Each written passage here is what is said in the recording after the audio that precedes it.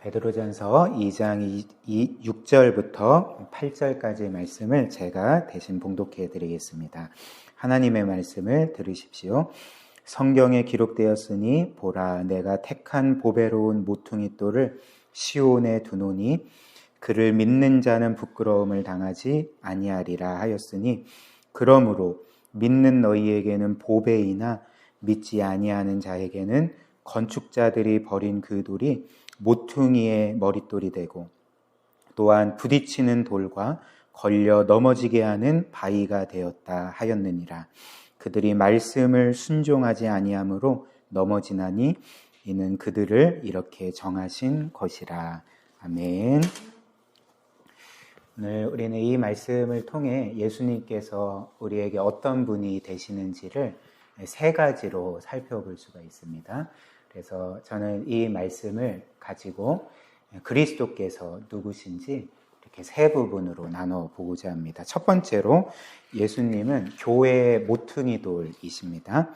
그래서 우리가 본 말씀처럼 6절 말씀처럼 성경에 기록되었으니 보라 내가 택한 모퉁이 돌 보배로운 모퉁이 돌을 시온에 두노니 이렇게 말씀을 하죠. 그래서 예수께서 모퉁이 돌이라고 할 때 이 모퉁이 돌은 쉽게 표현하자면 주춧돌이라는 것입니다. 그래서 우리가 과거에 어떤 건축을 할 때 이제 기반석으로서 주춧돌을 두고 그 위에 이제 돌을 쌓아 올림으로써 건축물을 이렇게 세우지 않습니까? 그래서 이 모퉁이 돌이 이렇게 주춧돌이 되어서 그 이후에 쌓여 올려져 가는 그 모든 돌들이 이제 의지하게 되는 거죠. 그래서 그 하나의 건축물에서는 이 모퉁이 돌이 가장 핵심이고 또 그 기반이 되고 그래서 이 모퉁이 돌이 아니면 그 건축이 이루어질 수 없는 그리고 무너져 버릴 수밖에 없는 그런 중요한 돌이 이 모퉁이 돌이라는 것입니다. 그런데 오늘 성경은 우리에게 그리스도께서 모퉁이 돌이시다. 하나님께서 시온에 세우신 보배로운 모퉁이 돌이다. 이렇게 말씀을 하는 거죠. 이 말은 무슨 이야기일까요?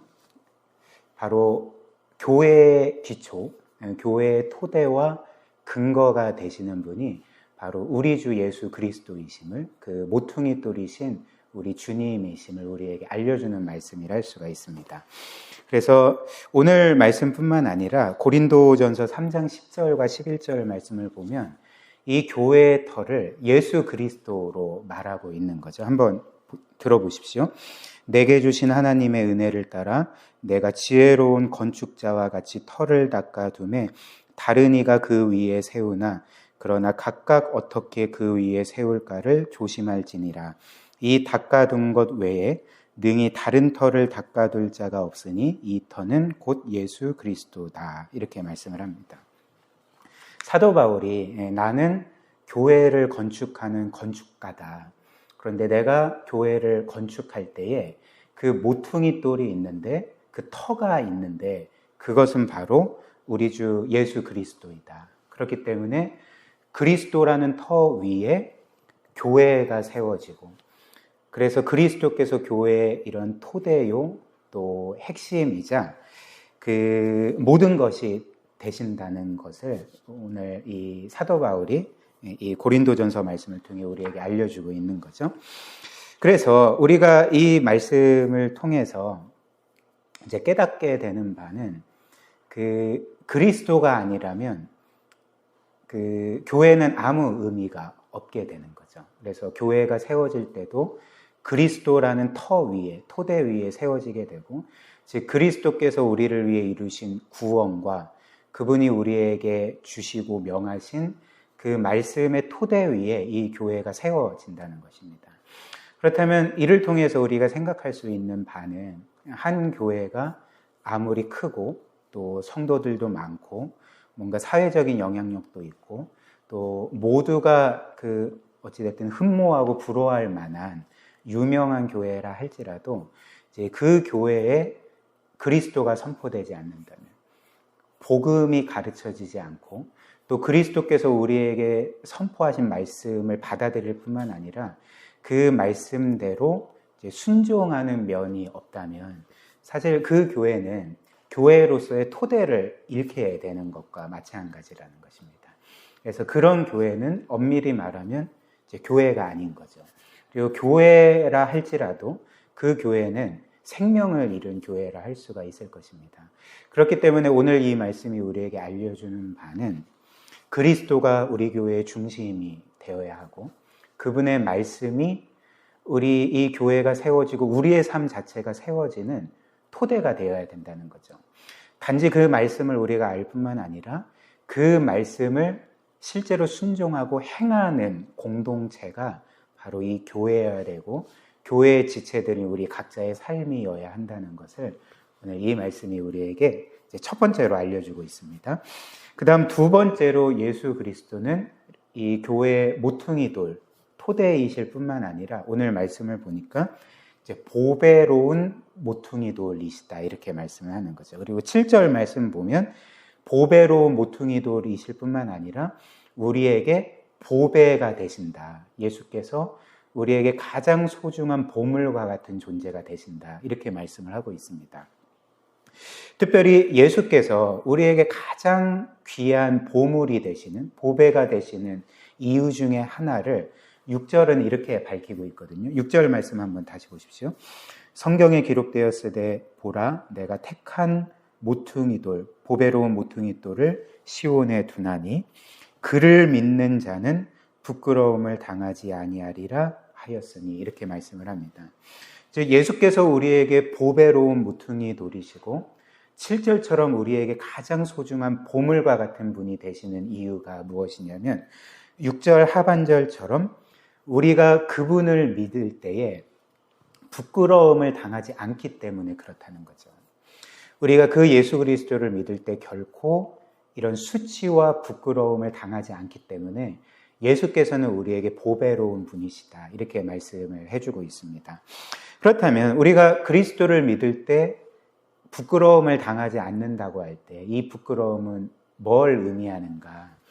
그 본문에서는 이것이 명확하게 드러나지 않기 때문에 이 말씀을 듣는 사람들은 이렇게 이런 추측을 할 수도 있을 것 같습니다. 내가 그리스도를 믿음으로 부끄러움을 당하지 않는다고 했으니까 내가 그리스도를 믿어서 그분의 능력으로 뭔가 실수도 안 하고 인생에서 실패도 경험하지 않기 때문에 부끄러움을 당하지 않게 되는 거구나. 내 삶이 평탄하고 만사형통하기 때문에 나는 이제 수치와 부끄러움을 당하지 않게 되는 거구나. 그러니까 이런 식으로도 생각할 수 있을 것 같지만 그 성경은 전혀 그런 맥락에서 이 말씀을 우리에게 주고 있는 것이 아니죠. 특별히 이 성경에서 부끄러움이라는 것은 우리의 죄와 우리가 받을 심판과 관련되어 있습니다. 그래서 이 죄와 심판과 관련된 부끄러움은 무엇이냐면 우리가 지금이라도 죽으면 하나님의 심판대 앞에 서지 않겠습니까? 지금이라도 예수 그리스도께서 이 세상에 오신다면 모든 이들이 하나님의 심판대 앞에 서게 되는데 그때 우리의 모든 죄들이 확연하게 드러나고 그리고 그 죄에 따라서 심판받게 될 때에 죄인은 성경에 따르면 영원한 수치와 부끄러움을 당하게 되는 거죠. 이것이 이제 성경이 말하는 그 죄와 심판으로 인한 죄인이 경험하는 이제 부끄러움이라 할 수가 있다는 것입니다. 그런데 우리가 그리스도를 믿을 때 우리는 결코 부끄러움을 당하지 않는다는 거죠. 사실 한번 생각을 해보십시오. 이 세상 사람들은 그리고 많은 믿는 분들은 내가 이 땅에서 어찌됐든 신앙을 따라서 최선을 다해 어찌됐든 성실하고 훌륭하게 살아가면 마지막 날에 부끄러움을 당하지 아니하겠지라고 이렇게 생각하게 되지 않겠습니까? 그러나 이 세상에서 자신의 삶과 자신의 어떤 훌륭한 삶과 실력으로 부끄러움을 당하지 않을 이는 한 사람도 없다는 거죠. 왜냐하면 성경은 우리 모두를 죄인이라 말하고 특별히 우리 모두가 이런 죄로 인해서 전적으로 타락하고 부패한 사람들이라고 말하기 때문에 그렇습니다. 그래서 이사야 64장 6절 말씀처럼 우리가 이렇게 죄에 오염되어 있고 죄로 인해 전적으로 타락하고 부패해 있고 그리고 우리는 끊임없이 죄를 짓는 자들이기 때문에 우리가 내세울 수 있는 최상의 의로움이라 할지라도 하나님께는 더러운 옷과 같다. 이렇게 말씀하고 있지 않습니까? 따라서 누구든지 그가 이 땅에서 어떤 훌륭하고 괜찮은 삶을 살았든지 상관없이 누구든지 하나님의 심판대 앞에 서게 되면 그의 이 땅에서 살아가다가 지은 모든 죄악들이 낱낱이 밝혀지게 될 것이고 그로 인해서 심판을 받게 될 것이고 그는 수치와 부끄러움을 영원토록 겪게 된다는 것이 성경이 우리에게 분명히 바라는 것입니다. 그러나 오늘 본문 말씀처럼 누구든지 그리스도를 믿으면 누구든지 우리의 보배로운 모퉁이 돌이신 그분을 믿는 자는 부끄러움을 당하지 않는다. 수치를 당하지 않는다. 그런 치욕을 결코 당하지 않는다라고 우리에게 선언해주고 있는 거죠. 그렇다면 우리는 어떻게 그분을 믿음으로 이런 수치와 또 부끄러움을 당하지 않게 되는 걸까? 왜 그럴까요? 왜냐하면 그리스도께서 우리가 마땅히 받아야 될 모든 수치와 모욕과 부끄러움을 그분이 대신 감당하셨기 때문에 그런 거죠. 우리의 모든 죄짐을 그분이 담당하셨고 그리고 우리가 못 박혀야 되는데 예수께서 십자가에 발가벗기신 채 못 박히심으로써 수치와 부끄러움과 치욕을 당하시지 않았습니까? 그리고 그 죽음으로 인해서 우리의 모든 죄값을 치르셨기 때문에 우리는 그 그리스도께서 이루신 완전한 구원으로 인해 하나님의 심판대 앞에 설 때에 하나님은 우리를 죄인으로 정죄하시는 것이 아니라 그리스도와 같은 의로운 자로 선언하시고 그리스도와 같은 그분의 입양된 자녀로 영원토록 받아주시는 것이 우리가 그리스도를 믿을 때 얻은 놀라운 구원이라는 것입니다. 이 구원 때문에 누구든지 그를 믿는 자는 부끄러움을 당하지 않는다. 이렇게 말씀을 해주고 있는 거죠. 그래서 제가 몇 주 전 설교에서 여러분들에게 인용해 드렸던 그 19세기의 스코틀랜드의 설교자이자 목회자였던 그 호라티우스 보나르가 우리가 받은 이 놀라운 구원, 특별히 우리가 그리스도와 하나됨으로써 받은 이 놀라운 구원을 이렇게 찬양을 하고 있습니다. 제가 읽어드리겠습니다. 내가 나의 죄를 담당하신 그리스도와 온전히 하나이기 때문에 하나님은 나를 대하실 때 그리스도처럼 대하십니다. 그래서 내가 행한 악한 일은 내가 전혀 행하지 않은 것처럼 여겨주시고 내가 행하지 않은 선한 일도 내가 마치 행한 것처럼 여겨주십니다. 어떤 의미에서 나는 여전히 진노 아래 있는 비참한 죄인입니다. 그러나 또 다른 의미에서 나는 나와 하나이신 그리스도의 완전함 때문에 하나님 앞에 나아갈 수 있고 완전히 의로운 자로 받아들여집니다. 그리고 영원히 그렇게 의로운 자로 있게 될 것입니다. 이렇게 찬양을 했습니다. 그래서 우리가 이 사실을 진정으로 믿는다면 우리는 단지 그 지식으로 뿐만이 아니라 정말 예수 그리스도께서 우리에게 가장 보배로운, 가장 중요하고 소중한 보배이심을 고백할 수밖에 없게 되는 거죠. 우리가 그 시작하기 전에, 말씀 듣기 전에 불렀던 이 찬송가 94장 제목, 그 주 예수보다도 더 귀한 것은 없네. 늘 우리가 예배 때마다 그 특별히 봉헌할 때 드리는 찬양 아닙니까?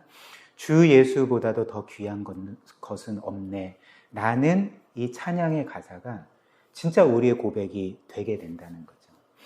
그래서 이 세상의 부귀와 명예와 행복과 성공과 성취와 그 어떤 것보다도 그리스도께서 우리에게 가장 소중한 보배가 되시는 이유는 그분을 믿을 때 우리가 부끄러움을 당하지 않을 뿐만 아니라 우리는 그리스도 안에서 선하고 좋고 영광스러운 모든 것들을 이미 얻었기 때문에 이것을 기억하는 사람은 오늘 이 말씀처럼 그리스도께서 나의 가장 소중한 보배이십니다라고 고백하고 찬양하게 되는 거죠.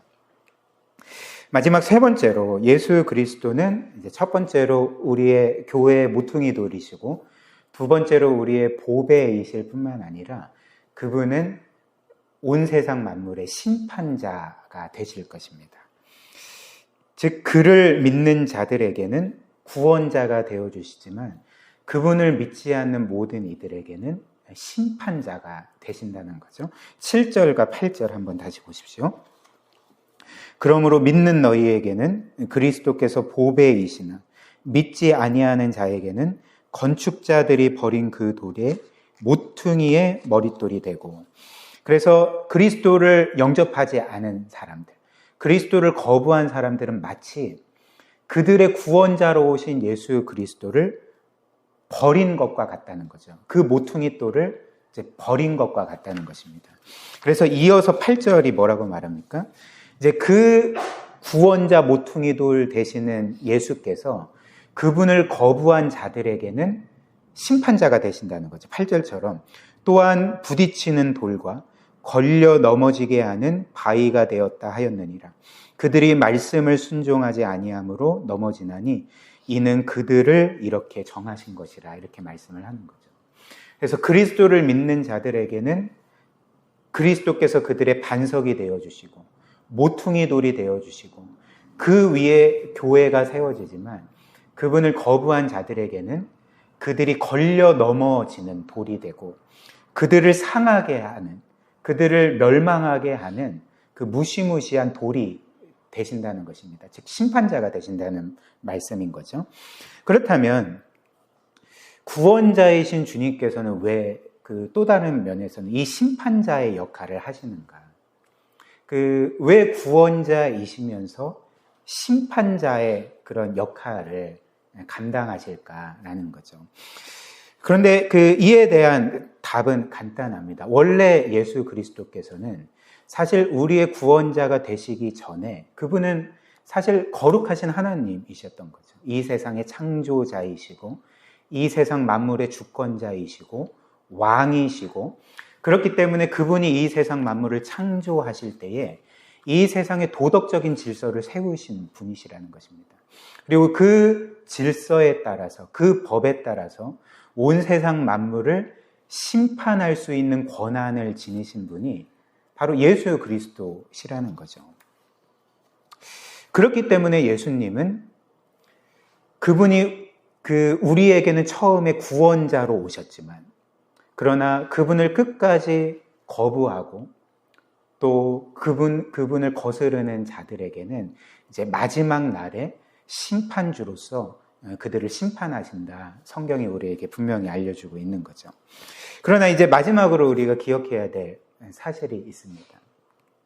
오늘 말씀처럼 예수님은 우리의 구원자이기 전에 그분은 하나님이셨고 거룩하신 하나님이셨고 창조주시고 주권자이시고 만왕의 왕이셔서 온 세상 만물의 심판자이시지만, 그러나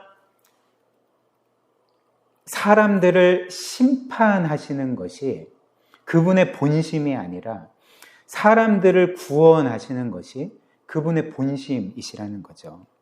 즉 그분이 진짜 원하시는 것은 죄인들을 심판하시는 것이 아니라 도리어 그 죄인들을, 자신을 거부하는 그 죄인들을 구원하시는 것임을 우리가 이 성경에서 깨닫게 된다는 것입니다. 이 사실을 우리가 어떻게 알 수 있을까요? 어떻게 깨닫게 될까요? 이를 어떻게 알 수 있냐면 바로 예수 그리스도의 십자가를 보면 분명하게 알 수가 있는 거죠. 그 하나님께서, 거룩하신 분께서, 온 세상 만물의 공의로운 심판자께서 우리를 위해 사람이 되어 이 세상에 오신 것, 그리고 우리를 위하여 그 십자가의 처참한 죽임을 직접 당하신 것, 이것을 우리가 볼 때에 그분의 본심은 우리를 심판하시는 것이 아니라 우리를 구원하시는 것이고, 단 한 사람이라도 구원하시는 것이 그분의 진짜 마음이라는 것을 우리가 알게 되지 않습니까? 만약에 그분의 마음 안에 우리를 구원하시는 마음보다 우리를, 그 죄인들을 심판하시는 마음이 더 컸다면 사실 그분은 이 세상에 사람이 되어 오시지 않았을 것입니다. 자신을 그렇게 무한히 낮추셔서 자신의 그 영광을 뒤로 한 채 이 세상에 오시지 않았을 것입니다. 그런 수고를 하시지 않았을 것입니다. 심지어 우리와 같은 죄인을 위해 그 비참한 십자가 죽음을 감당하시지 않았을 것입니다. 그러나 그분이 사람이 되어 이 세상에 오신 것, 그리고 우리 대신 우리가 당할 그 수치와 치욕과 부끄러움을 당하신 것, 우리 대신 죽임을 당하셔서 우리를 구원하신 것에서 우리가 깨닫게 되는 것은 그분의 진짜 마음은 심판이 아닌 구원이라는 것, 이것을 우리가 알게 되는 거죠. 그리고 이것은 우리 주님의 마음일 뿐만 아니라 바로 하나님의 마음인 거죠. 즉 예수께서 하나님이시고, 그래서 삼위 하나님 자체가 특별히 그 예수님과 하나이신 그 성부 하나님의 마음이 바로 그 주님의 마음, 그 우리를 심판하시기보다는 구원하시고자 하는 마음이라는 것입니다. 이를 잘 보여주는 성경이 에스겔 33장 11절인데 제가 읽어드리겠습니다. 너는 그들에게 말하라. 주 여호와의 말씀이니라. 나의 삶을 두고 맹세하노니 나는 악인이 죽는 것을 기뻐하지 아니하고 악인이 그의 길에서 돌이켜 떠나 사는 것을 기뻐하노라. 이스라엘 족속아 돌이키고 돌이키라. 너희 악한 길에서 떠나라. 어찌 죽고자 하느냐 하셨다 하라. 이렇게 말씀을 합니다. 구약시대에 하나님께서는 끊임없이 죄를 짓고 우상 숭배하고 하나님께 반역한 이스라엘 백성을 향해서 내 생명을 걸고 맹세한다. 나의 삶을 두고 맹세한다. 나의 진짜 마음은, 너희를 향한 나의 본심은 너희가 죽는 것이 아니다. 너희가 심판받는 것이 아니라 나는 죄인이 죽는 것을 기뻐하지 아니하고 도리어 너희가 그 죄의 길에서 돌이켜 회개하여 사는 것, 구원받는 것을 나는 기뻐한다라고 말씀을 하시는 거죠. 주님께서 하신 말씀도 똑같지 않습니까? 그 주님께서 요한복음 3장 16절에서 하신 말씀, 하나님이 세상을 이처럼 사랑하사. 하나님의 본심은 이 세상을 심판하시고자 하는 마음이 아니라는 거죠. 이 세상을 사랑하셔서, 그래서 어떻게 하십니까? 그 독생자를 주셨고 그를 믿는 자마다 멸망하지 않고 영생을 얻게 하려 하심이라. 이것이 바로 우리 하나님 아버지의 마음이다. 우리에게 이렇게 알려주셨던 거죠. 사랑하는 여러분, 이 세상을 향한 하나님의 마음이 이렇다면 정말 하나님께서는 죄인이 죽는 것을 기뻐하지 아니하시고 그 죄인들이 회개하여 죄의 길에서 돌이켜 구원받는 것을 기뻐하신다면, 특별히 그리스도를 믿고 우리 모두가, 이 세상 모든 죄인들이 그분의 자녀가 되는 것을 기뻐하시는 것이 그분의 진짜 마음이라면 우리 또한 그 하나님의 마음을 품어야 되는 거죠. 이것이 마땅하지 않겠습니까? 그리고 하나님께서 여전히 지금도 이 세상에 구원받지 못한 사람들의 구원을 위해 일하고 계시다면 우리도 그 일에 신실하게 동참하여서, 그래서 잃어버린 영혼들을 주님께로 인도하는 일을 우리의 그 하나님께서 우리에게 주신 영광스러운 사명으로 잘 감당해야 한다는 것, 우리가 이 말씀을 통해 이제 깨닫게 되는 것 같습니다.